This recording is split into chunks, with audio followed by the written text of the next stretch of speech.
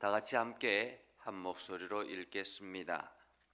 조금 있으면 너희가 나를 보지 못하겠고 또 조금 있으면 나를 보리라 하시니 제자 중에 서로 말하되 우리에게 말씀하신 바 조금 있으면 나를 보지 못하겠고 또 조금 있으면 나를 보리라 하시며 또 내가 아버지께로 감이라 하신 것이 무슨 말씀이냐 하고 서로 말하되 조금 있으면이라 하신 말씀이 무슨 말씀이냐 무엇을 말씀하시는지 알지 못하겠노라 하거늘 예수께서 그 묻고자 함을 아시고 이르시되 내 말이 조금 있으면 나를 보지 못하겠고 또 조금 있으면 나를 보리라 함으로 서로 문의하느냐 내가 진실로 진실로 너희에게 이르노니 너희는 곡하고 애통하겠으나 세상은 기뻐하리라 너희는 근심하겠으나 너희 근심이 도리어 기쁨이 되리라 여자가 해산하게 되면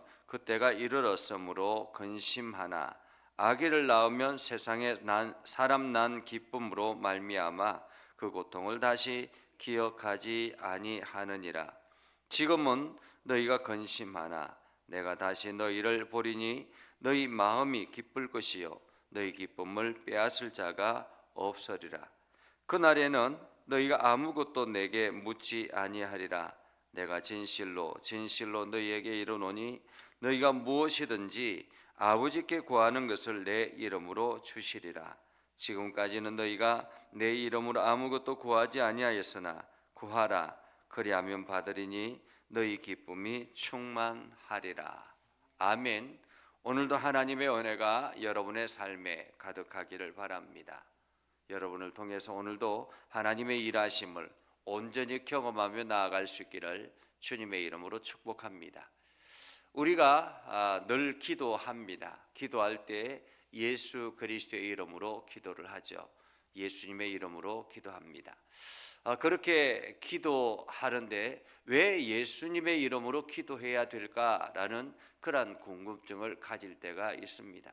그냥 하나님 앞에 기도하는데 왜 예수 이름으로 기도해야 될까? 오늘 성경에 그 해답이 나와 있죠. 예수 이름으로 왜 구해야 되는가 하는 것을 오늘 성경은 말하고 있습니다.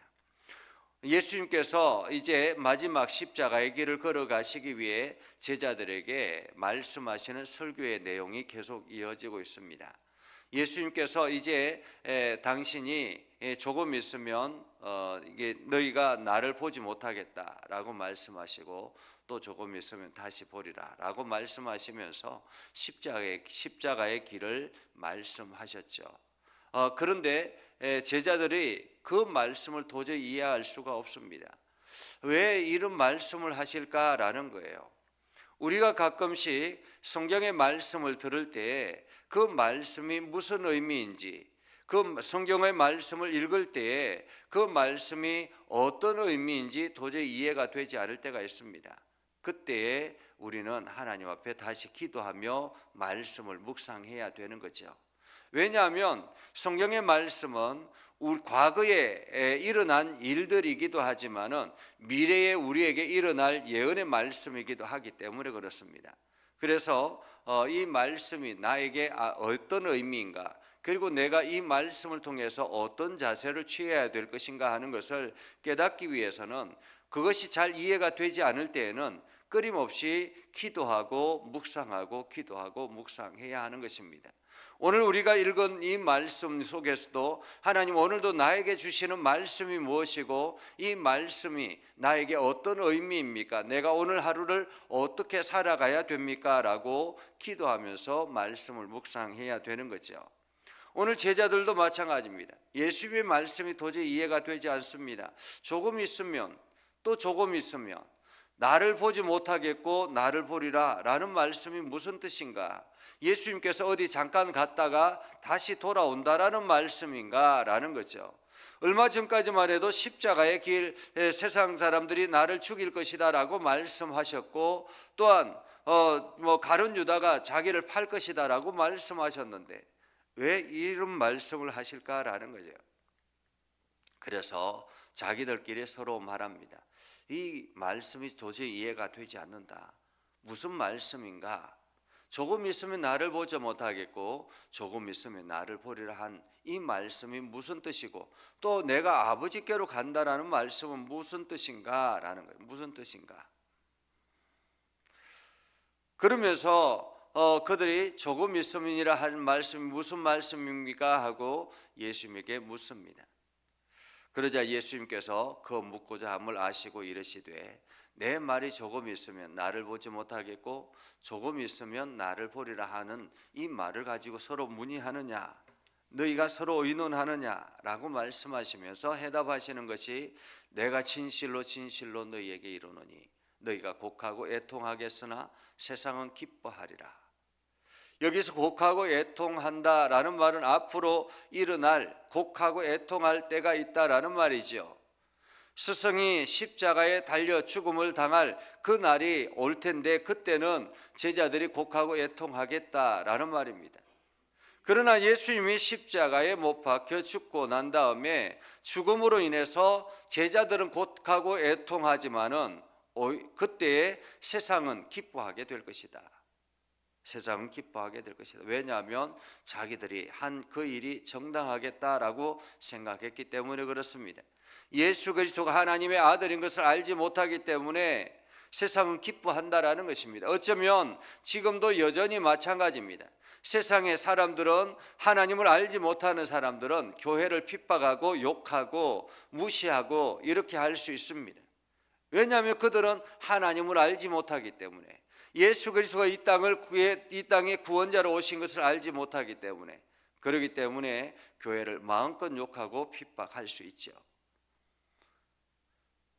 그리고 제자들은 근심하게 됩니다.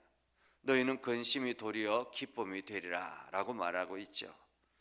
사실 그렇지 않겠습니까? 스승이 갑자기 십자가의 죽음을 당했습니다. 유대 사회에서 매장당한 상태입니다. 그것으로 인해서 제자들은 얼마나 근심하겠습니까? 예수님을 3년 동안 동고동락하며 따라다녔는데 세상 사람들이 그 예수 따라다녔던 예수 잔당들을 찾아서 막 이렇게 다닐 텐데 얼마나 근심이 되겠는가라는 것입니다. 그러나 오히려 그것이 기쁨이 되겠다라고 말합니다. 기쁨이 되겠다. 그러면서 또 다시 말씀하죠. 여자가 해산하게 되면 그때가 이르렀으므로 근심하나 아이를 낳으면 세상이 난 사람으로 말미암아 기뻐하게 될 것이다 라고 말합니다. 사실 엄마들이 아이를 낳을 때 그 낳기 전까지는 얼마나 두려움이 있습니까? 아이를 가질 때에도 두려움이 있겠지만은 그러나 점차 만삭이 가까우고 이 아이를 이제 출산할 때가 되면 두려움이 가득하게 되지요. 그러한 두려움 얼마나 심하겠는가라는 것입니다. 그러나 아이를 낳고 난 다음에는 그 고통을 다시 잊지 아니하리라.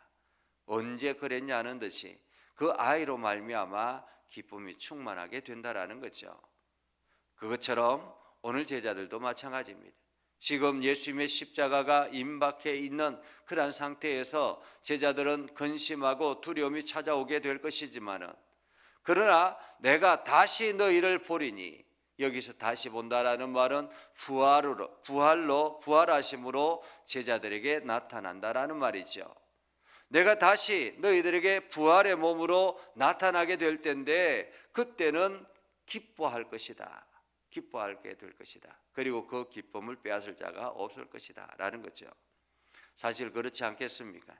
예수님이 죽은 줄 알았는데, 매장당한 줄 알았는데 그 예수님의 말씀이 사실이구나 라는 것을 깨닫게 되니까 얼마나 기뻤겠습니까? 그 기쁨은 세상이 빼앗아갈 수가 없다라는 것입니다. 오늘 여러분들도 마찬가지죠. 예수를 만나고 난 다음에 예수님의 은혜를 경험하고 예수님이 행하시는 일들을 경험하고 나면 기쁨이 가득하게 되죠. 그 기쁨은 세상 사람들이 알지 못하기 때문에 뭐 기뻐하지 말아라고 이야기한다고 할지라도, 핍박한다 할지라도 그 기쁨은 빼앗아갈 수가 없는 것입니다. 진정한 기쁨이라고 말할 수 있겠죠. 예수 그리스도의 은혜가 나타나는 그때가 진정한 기쁨이 넘쳐나게 된다라는 것입니다. 그러면서 예수님께서 말씀하죠. 그날에는 너희가 아무것도 내게 묻지 아니하리라.